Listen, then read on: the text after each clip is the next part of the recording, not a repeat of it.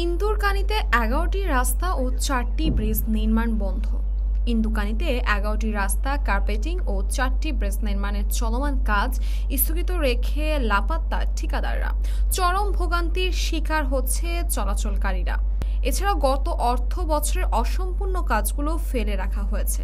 গত বৃহস্পতিবার সরজমিনে দেখা যায়, উপজেলা সদর থেকে সাইদখালী ২ কিলোমিটার মধ্যে কালাইয়া রোড থেকে সর্দার বাড়ি পর্যন্ত ১ কিলোমিটার এবং পাত্তাশী ইউপি থেকে খেজুরতলা হাট পর্যন্ত ১ কিলোমিটার, চলমান ব্রিজ থেকে বডুবি পর্যন্ত ১ কিলোমিটার, বালিপাড়া জমাদ্দার হাট থেকে কাপালিবাড়ি পর্যন্ত ১ কিলোমিটার, চণ্ডীপুর স্টিল ব্রিজ থেকে খোলপটুয়া পর্যন্ত ১ কিলোমিটার, বালিপাড়া হাই স্কুল থেকে সোবাহান চেয়ারম্যান বাড়ি পর্যন্ত ১ কিলোমিটার, পাটেরহাট বাসস্ট্যান্ড থেকে হোগলা বুনিয়া ১ কিলোমিটার, চওড়াখালী কেন্দ্রীয় মসজিদ থেকে কলেজ রোড পর্যন্ত ১ কিলোমিটার রাস্তা নির্মাণ কাজ ফেলে ঠিকাদাররা লাপাত্তা রয়েছে।